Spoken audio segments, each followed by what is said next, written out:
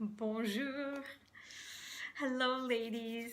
Oh my goodness, you're going to notice that I'm going to be speaking a little bit in French because a lot of the women who are following me are Francophiles and they love hearing the language like I have always done and might like to pick up a phrase or two. And some of you may speak French, so it might be comforting as well. So you'll hear a little bit of that. It'll add a little different to this part of it. So here we are. Here is my first moment in my first day in France. Share diary. Oh, so much to share. I'm here in my bedroom and missing home and my family and Tony. This is real. The family is very nice. I think the boys really like me as they hang around, tell me all sorts of stories, and beg to sit by me at the dinner table. Today we went for a long walk in the countryside and then came home and had an apéritif with Jean Doe and Mile. Nice tradition. The boys joined us and had juice in special cups, and then we had a lighter meal than at lunch. They always have a cheese plate and baguette after dinner. Another nice tradition.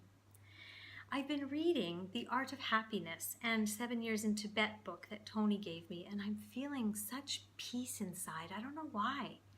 Why am I feeling so connected to this? Perhaps this year will give me the time and space to develop my spirituality more, something I've been desiring since I took that meditation course at university.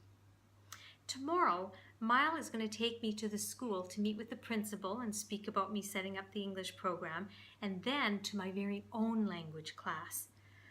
Gosh, when you live in the country, they speak so quickly. I'm finding it so difficult to understand what people are saying, and I'm starting to feel really dumb. And some occurrences are happening. The other day, Mile got really angry with me. The boys were home with me as kids don't go to school on Wednesdays, and after lunch, Mile came home. She asked one of the boys if they had breakfast, and he said, no. She turned to me shocked and said, pourquoi? And I said, when I asked him, he said, pas encore. So I thought he didn't want anything else. Turns out, pas encore also means not yet. I thought it meant not again. How have I never known this? Then I was helping her with dishes and she saw an empty milk bottle and she says, he didn't have his milk bottle? I replied, no, wondering what she was talking about, as this was the first thing I was talking about feeding anybody a bottle. I didn't see a baby anywhere. She was fuming. I said, he has a bottle every morning? Oui, une bouteille de lait chaud. Okay. I became silent and I just wanted to go pack my things and go home. I'm a professional who's been married and through a recent divorce. I do not need this. I went to my room and just started reading 7 Years in Tibet again. I read so much. It made me feel really good inside, so I calmed down and gained perspective.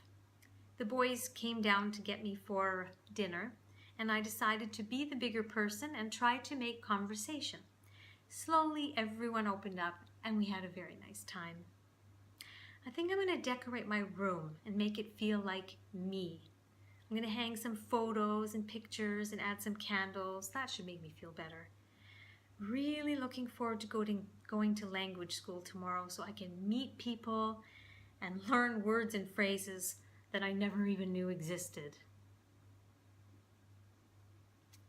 Now, here is the commentary for today. So, if you haven't noticed already, through my whole pattern with Matt, David, almost everybody, I had a pattern of getting angry and upset inside, but not communicating it in a mature adult way. I would go silent, and what I want you to know about this is that elegant women know how to communicate. And I know you've heard me say this before, but can you see by now from my whole experience how important it is? It would have been very important for me to either say to Mile, can we sit down and you go through exactly what I'm supposed to do? Because there were so many incidents after this that I'm not going to share with you because it would just be on and on about that. Time after time after time, she and I were going like this because she thought something was supposed to be done. And I would say, but you never told me. How am I supposed to know, you know? And so why didn't she come and communicate to me? And why didn't I just say, look, I know what will work. Let's sit down, get very clear about what you expect, what you want, what needs to happen before I take the kids to school, blah, blah, blah.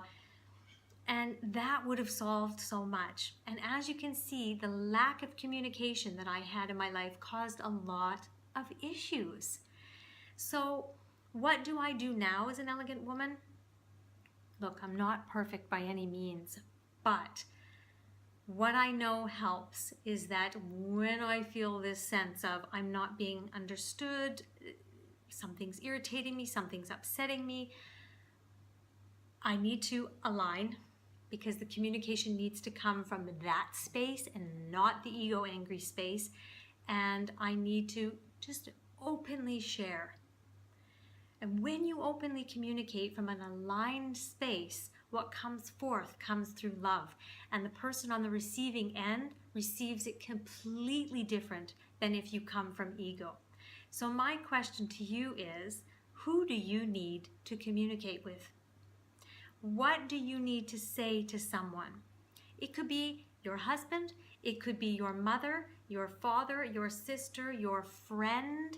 It could be simply with someone you work with, a co-worker. It could even be, someone at a grocery store. It just, you really, really need to get into the practice of aligning yourself. And some of you will say, well, how do I align myself? If you want, put that comment in the comments below and I will let you know about that. That's your first step. And then communicate. This is a muscle that those of us who are not aware of how to do it needed to practice, okay? It has served me so much in my life. And when I haven't, it's just caused more drama, chaos, negativity, and definitely not flow. So I'd love to hear your comments, your questions, and we will see you next time.